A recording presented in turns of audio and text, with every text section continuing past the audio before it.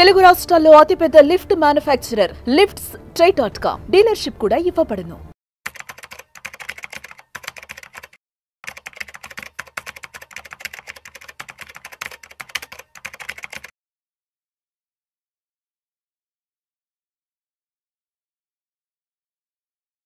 నమస్కారం, నేను మీ రేవంత్ చలమల. సో ఈరోజు ఒక ప్రాబ్లం గురించి డిస్కస్ చేయాలనుకుంటున్నాను. చాలామందికి ఇది ఒక ఐ ఓపెనర్ వీడియో అవ్వచ్చు. సో ఎప్పుడు ఇల్లు అనేది ఒకటి కొంటే చాలా ప్రాబ్లమ్స్ మనకి కొని తెచ్చుకుంటూ ఉంటాము అనే విషయం గురించి మాట్లాడితే దానికి రకరకాల కౌంటర్స్, రియల్ ఎస్టేట్ పెరుగుతుంది, దానికి మనకి రెంటల్ ఈల్డ్ వస్తుంది. ఎస్, ప్రతి ఒక్క దాని గురించి ఇప్పుడు డిస్కస్ చేద్దాం. మనకి రియల్ ఎస్టేట్ ఎంత పెరుగుతుంది, రెంటల్ ఈల్డ్ ఎంత వస్తుంది, దాంతో మనం ఎలా అచీవ్ చేయాలి అని. సో ఇప్పుడు వస్తున్న యావరేజ్ ప్రాబ్లమ్స్ అంతా ఎంత, నా దగ్గరకు వచ్చే వాళ్ళ ఏజ్ గ్రూప్ అంతా కూడా యావరేజ్గా ఒక 40 years ఆ టైంలో వస్తూ ఉంటారు.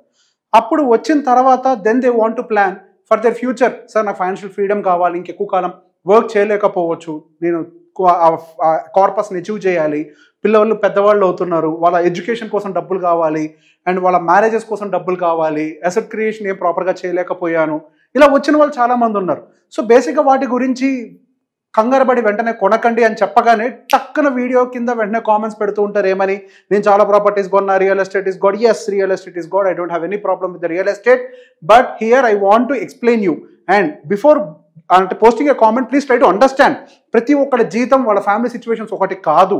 సో బేసిక్గా majority of the people A problem అయితే ఫేస్ అవుతున్నారో దాన్ని అడ్రస్ చేసే ప్రయత్నం చేస్తున్నాను. So here I start the story. మన దగ్గర ఇద్దరు క్యాండిడేట్స్ ఉన్నారా అని అనుకుందాం. ఒకళ్ళు భీమ్, ఇంకొకళ్ళు రామ్. సో ఇద్దరు 2 different క్యాండిడేట్స్. ఒకళ్ళు వచ్చేసరికి ఒక ట్రెడిషనల్ పర్సన్.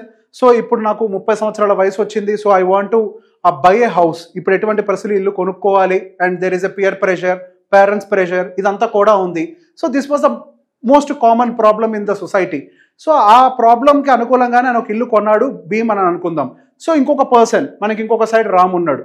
సో తను, నేను ఇప్పుడప్పుడే నేను ఇల్లు కొన్నాను, నాకు చాలా క్లారిటీ ఉంది, నాకు ఫస్ట్ ఫైనాన్షియల్ అసెట్ కావాలి, ఒక లంసమ్ అమౌంట్, అండ్ దాంతోపాటుగా ఇన్ఫ్లేషన్ వల్ల పిల్లల ఎడ్యుకేషన్ కాస్టింగ్ పెరిగిపోతుంది, వాళ్ళ మ్యారేజ్ కాస్టింగ్ పెరుగుతుంది.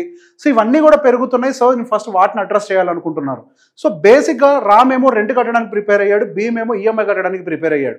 సో వీళ్ళిద్దరి కేసెస్లో మ్యాథ్ ఎలా వర్క్ అవుతుంది, లాంగ్ టర్మ్లో ఎవరు బెటర్గా financial assets or assets, it could be anything, so called ఫైనాన్షియల్ ఫ్రీడమ్ని ఎవరు ఫస్ట్ అచీవ్ చేయగలుగుతారు అన్న పాయింట్ గురించి ఒక్కసారి మీకు ఎక్స్ప్లెయిన్ చేసే ప్రయత్నం చేస్తాను.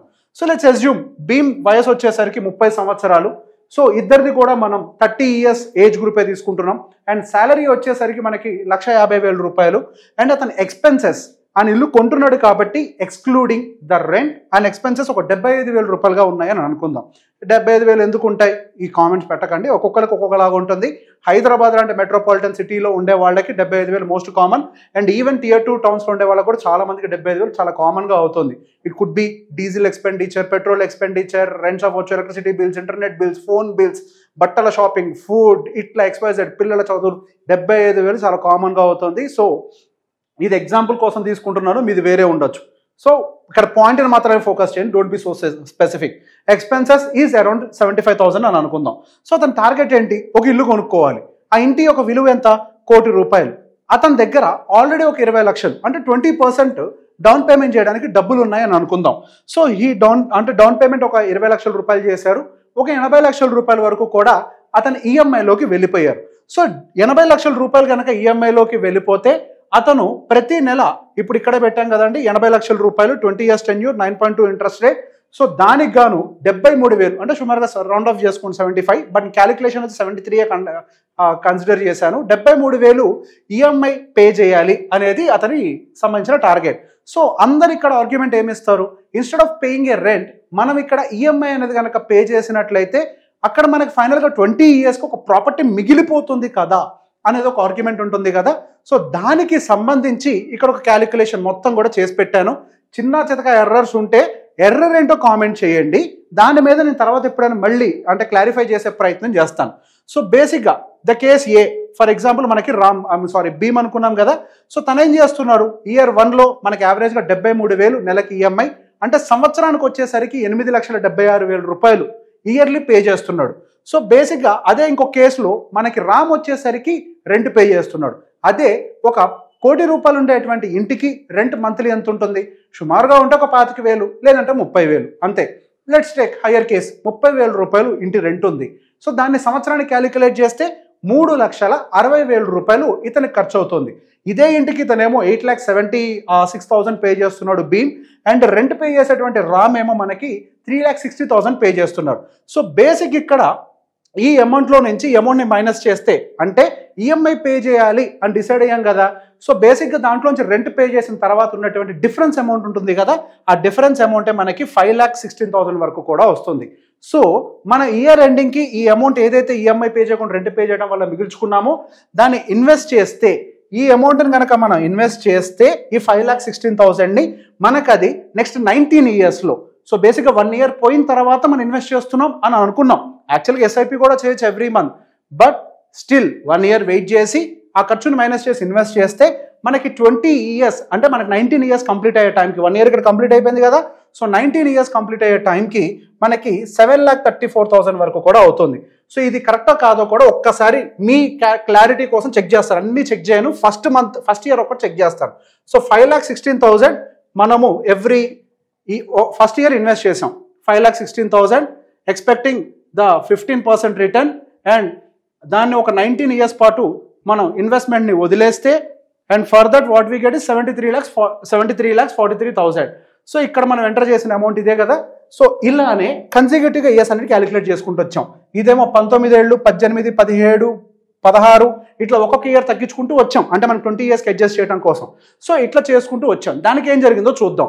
ఇప్పుడు ఈ EMI and rent almost match అవ్వడానికి మనకి 16 ఆల్మోస్ట్ 16 ఇయర్స్ ఆర్ 15 ఇయర్స్ వరకు కూడా టైం పడుతుంది. నియర్లీ 15 ఇయర్స్ వరకు కూడా రెండు ఈక్వల్ అవడానికి టైం పడుతుంది. సో బేసిక్గా ఇక్కడున్న కేసులో ఏం చేస్తున్నామనంటే వీఆర్ నాట్ ఇన్వెస్టింగ్. సో బేసిక్గా ఈ మనీని ఏదైతే ఈఎంఐ కంటే ఎక్స్ట్రా రెంట్ పే చేస్తున్నామో ఆ మనీని మన ఇన్వెస్ట్మెంట్స్ నుంచి మైనస్ చేసుకుంటూ కూడా వచ్చేస్తున్నాం. ఓకే, సో బేసిక్ ఇది కూడా అంటారు, ఒక టైం దాటిన తర్వాత మళ్ళీ ఈఎంఐతో కంపేర్ చేస్తే రెంట్ పెరుగుద్ది కదా. మన ఇన్వెస్ట్మెంట్లో నుంచి వాటిని కూడా మైనస్ చేస్తున్నాం. మనం ఎంతైతే చేతిలోంచి కడతామో అంతే కడతాం. So again I'm trying to explain, this is the EMI column, every month every year pay చేసేది. This is the rental column, every year calculate చేసేది. సో రెంట్ పెరుగుతుంది కదా, yes I have taken the rent increase. 7% increase తీసుకున్నాను. సహజంగా residential rental increase 5% ఉంటుంది, but for your convenience I have taken it as a 7%. 7% మంద మనకి rent పెరుగుతుంది అనే క్యాలిక్యులేట్ చేసుకుంటూ వచ్చారు. That is the reason why 15 years తర్వాత ఎంతో మనకి ఈఎంఐ కంటే కూడా రెంట్ అనేది డామినేట్ చేయడం మొదలుపెట్టింది. సో ఇట్లా క్యాలిక్యులేట్ చేయడం మొదలు పెడితే టోటల్ మనం బ్యాంకుకు పే చేసేది 1,75,00,000 పే చేస్తున్నాం. అదే రెంట్ రూపంలో కనుక మనం చూస్తే దానికి పే చేసేది 1,47,00,000గా పే చేస్తున్నాం. అదేవిధంగా మనం టోటల్ ఇన్వెస్ట్మెంట్ వాల్యూ, సో ఈ డిఫరెన్స్ వాల్యూని కదా ఈఎంఐ పోను మనం ఏదైతే రెంట్ మిగులుతుందో దాన్నే కదా ఇన్వెస్ట్ చేసేది. సో బేసిక్గా దాన్ని మైనస్ అంతా పోను, రెంట్ మళ్ళీ తర్వాత ఉండే 5 సంవత్సరాలకు రెంట్ డబ్బులు ఎక్స్ట్రా ఉంటాయి కదా, దాన్ని మైనస్ చేయంగా మన 27 లక్షల రూపాయల్ని ఇన్వెస్ట్ చేయడం కోసం వాడుతున్నాం. సో ఏ ఇయర్కి ఆ ఇయర్ ఇన్వెస్ట్ చేస్తున్నాం. సో ఈ 27 లక్షల రూపాయలని మాత్రమే టోటల్గా ఇన్వెస్ట్ చేసింది. సో టోటల్గా ఫైనల్గా ఆ ఇన్వెస్ట్ చేసింది ఎంత, ఎక్కడ? మ్యూచువల్ ఫండ్లో 15% రిటర్న్ వచ్చే దగ్గర అందరూ అనుకునేదే యాజ్ యూజువల్ ఇన్వెస్ట్ చేసుకుంటూ వస్తే ఫైనల్గా టోటల్ యాడ్ చేసింది, రిటర్న్ వచ్చింది, ప్లస్ మైనస్ కూడా చేయంగా మనకు దగ్గర దాదాపుగా 3,38,00,000 మ్యూచువల్ ఫండ్లో అక్యూములేట్ అయింది. సో ఫైనల్ కంక్లూజన్ ఏంటి? ఇంకా ఉంది, I will tell you. So final conclusion ఏంటో కూడా ఒకసారి మీకు ఎక్స్ప్లెయిన్ చేస్తాను. సో బేసిక్గా ఇప్పుడు భీమ్ విషయంలోకి వచ్చేసరికి మనకి ఈఎంఐ అయిపోయేసరికి మన వయసు 50 సంవత్సరాలు అవుతుంది. మన వయసు అంటే భీమ్ అండ్ రామ్కి సంబంధించిన వయసులు 50 సంవత్సరాలుగా అవుతాయి. సో 50 సంవత్సరాల వయసు వచ్చే టైంకి మనకి అపార్ట్మెంట్ రేటు పెరుగుతుంది. అపార్ట్మెంట్ యొక్క రేట్ ఎంత పెరుగుతుంది అని అంటే యావరేజ్గా 7%. అంతే, మీరు ఎక్కడైనా కానీ వెరిఫై చేసుకోవచ్చు. 7% తోటే, ఇంకా కొన్ని ఏరియాస్లో అయితే 5-4% తోటే పెరుగుతాయి. బట్ స్టిల్ మనం ఒక 7% ఇంక్రీజ్ అవుతుంది అనుకుని కన్సిడర్ చేస్తే అది 3,85,00,000గా మనకి దీని యొక్క వాల్యూ అనేది అవుతుంది. సో బేసిక్గా డౌన్ పేమెంట్ మనం దాంట్లో నుంచి ఇప్పుడు మన టోటల్ వాల్యూ వచ్చింది కదా, దాంట్లో నుంచి మనం పెట్టిన పెట్టుబడిని మైనస్ చేస్తే కదా మన ప్రాఫిట్ ఏంటో తెలిసేది. We are doing the same. 20 లక్షలు డౌన్ పేమెంట్ చేసాం, మైనస్. అండ్ ఈఎంఐ దాదాపుగా మనం 1,75,00,000 చేసాం, minus. So the net house gains మన టోటల్గా ఇంటి మీద పెట్టుబడి పోను 20 సంవత్సరాల తర్వాత ఉన్నటువంటి రియల్ గెయిన్స్ ఎంత అంటే 1,90,00,000 రూపాయలు. అదేవిధంగా రామ్ విషయంలో కనుక చేస్తే సేమ్ అదే 50 సంవత్సరాలకి ఫస్ట్ తన దగ్గర కూడా 20 లక్షలు ఉన్నాయి. ఇతనేమో అపార్ట్మెంట్ కొన్నాడు. అతను ఏం చేశాడంటే ఆ 20 లక్షల రూపాయలని లంసమ్ కింద ఒకటేసారి 20 సంవత్సరాల కోసం ఇన్వెస్ట్ చేసి పడేశాడు. ఇన్వెస్ట్ చేసి పడేసినందుకు గాను అతని దగ్గర ఆ క్యాష్ కాంపోనెంట్ 20 లక్షలు ఏదైతే ఉందో 20 ఇయర్స్ తర్వాత అది ఒకటే 3,27,00,000గా మారింది. అండ్ ఆ తర్వాత ఎవ్రీ ఇయర్ కాంట్రిబ్యూట్ చేశాడు కదా. ఇగో ఇక్కడ మిగిలిన డబ్బులు ఈఎంఐ మైనస్ రెంట్ పోని డిఫరెన్స్ అమౌంట్ అంతా ఇన్వెస్ట్ చేశాడు కదా. సో ఈ డిఫరెన్స్ అమౌంట్ ఏదైతే తను ఇన్వెస్ట్ చేశాడో ఆ ఇన్వెస్ట్మెంట్ యొక్క వాల్యూ దాదాపుగా 3,38,00,000 3,38,00,000గా మారింది. సో ఓకే, మరి ఇప్పటిదాకా ఏం చేశాడు? రెంట్ పే చేశాడు కదా, దాన్ని మైనస్ చేయమంటే అది కూడా చేసాం. టోటల్గా ఇప్పటిదాకా 1,77,00,000 రూపాయలు రెంట్ పే చేశాడు. అండ్ దాంట్లో నుంచి మరి ఇక్కడేమి ఇన్వెస్ట్మెంట్ వాల్యూ మైనస్ చేశాం కదా, ఇక్కడ కూడా ఇన్వెస్టెడ్ వాల్యూ మైనస్ చేయాలి. ఏమేమి ఇన్వెస్ట్ చేశాడు? Cash plus yearly. సో అంటే క్యాష్ అంటే ఏంటి? Down payment 20 lakhs plus 27 lakhs yearly కొద్దిగా ఏదైతే ఇన్వెస్ట్ చేస్తాడో ఆ అమౌంట్ని కూడా మనం ఇంక్లూడ్ చేసాం. సో దాన్ని ఈ రెండింటిని మైనస్ చేస్తే నెట్ గెయిన్స్ 4,70,00,000 రూపాయలుగా తేలింది. సో బేసిక్ ఇక్కడేమో మనకి నెట్ గెయిన్స్ ఇండివిజువల్లో 1,90,00,000గా తేలితే అంటే the final asset value minus invested is 1,90 lakhs అయినట్లయితే ఇక్కడ ద ఫైనల్ ప్రాఫిట్ ఎంత ఉంది అంటే 4,70,00,000గా ఉంది. ఇక్కడతో అయిపోయిందా?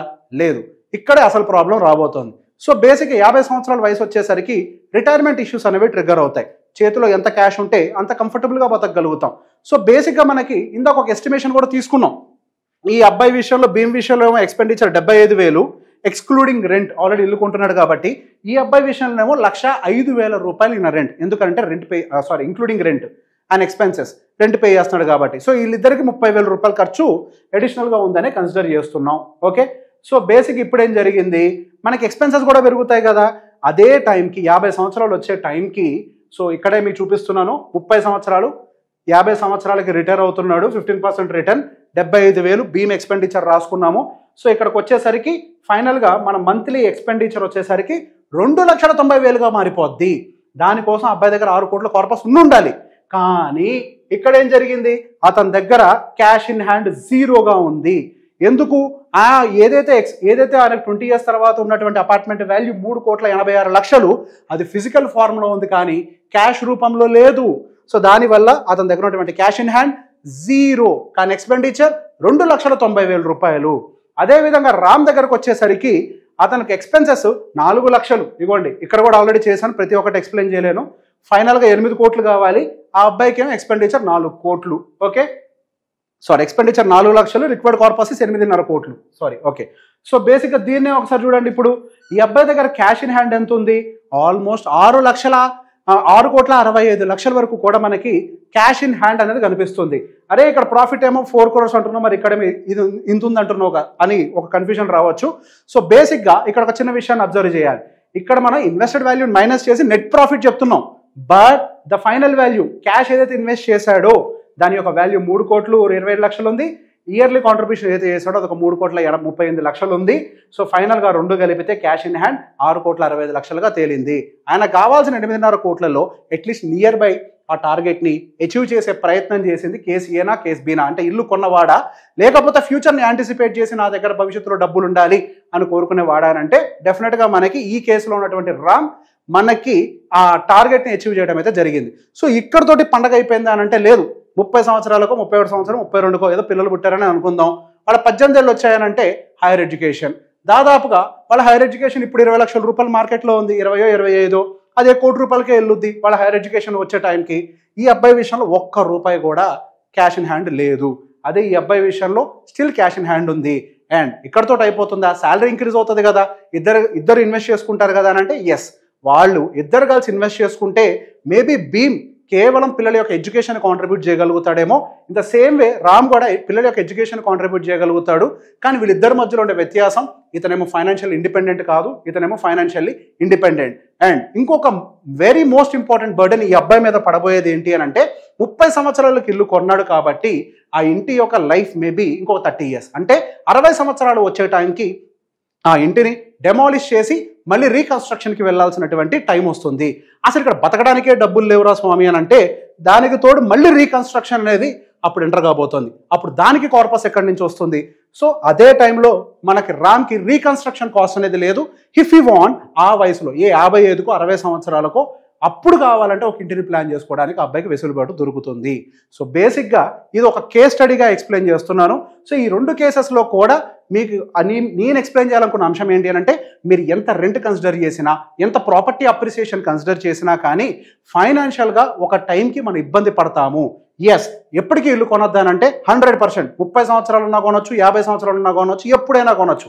కానీ ఎప్పుడు మన దగ్గర కావాల్సినన్ని డబ్బులు ఉన్నప్పుడు, దానికి కావాల్సిన ఫ్యూచర్కి కావాల్సిన సేవింగ్స్ ఉన్నప్పుడు. ఫర్ ఎగ్జాంపుల్, ఫ్యూచర్ కోసం మనకు 50,000 ఎస్ఐపి చేయాలి అని ఒక ఐడెంటిఫికేషన్ చేసామనుకోండి, 50,000 ఎస్ఐపి పోను ఎక్సెస్ అమౌంట్ ఎంత ఉంటుందో అది మీ ఇంటి కార్పస్ కోసం పెట్టుకోండి, దేనికోసమైనా పెట్టుకోండి. My point is not to say అంటే ఇల్లు కొనొద్దు అని చెప్పడం కాదు. ఇల్లు కొనే కంటే ముందు బతకడం కోసం మరిన్ని అవసరాలు మనకు ఉంటాయి. ఇల్లు ఒక గూడుని ఇస్తుంది, అండ్ మనం బతకాలి అని అంటే ఈ గూడు ఒకటే కాదు, ఈ గూడుని ఏర్పాటు చేయాలంటే రెంటెడ్ హౌస్లో కూడా చేయొచ్చు, ఒక ఏజ్కి కూడా కొనొచ్చు. కానీ దాంతో పాటుగా మనకి ఇంకా లైఫ్లో ఉండే యాక్టివిటీస్, పిల్లల యొక్క ఎడ్యుకేషన్, వాళ్ళ మ్యారేజెస్, మనం బతకటం, మన ఫుడ్, బట్టలు, అవసరాలు, ఇవన్నీ క్యాష్ తోటి తీరుతాయి కానీ 4 గోడలు అయితే తీర్చవు. సో ఏ టైంకి ఏది చేయాలి, ఇల్లు కరెక్టే, ఫైనాన్షియల్ ఫ్రీడమ్ కరెక్టే, ఏ టైంకి ఏది చేయాలి అనేది మనం కరెక్ట్గా ప్లానింగ్ చేసుకుంటే, ప్లాన్ చేస్తే చాలు, అన్నీ చేయొచ్చు లైఫ్లో. ప్లాన్ చేసుకుంటే we can achieve every single target. So A doubts ఉన్నా కానీ క్యాలిక్యులేషన్ రిలేటెడ్గా కామెంట్ సెక్షన్లో పెట్టండి. Thank you.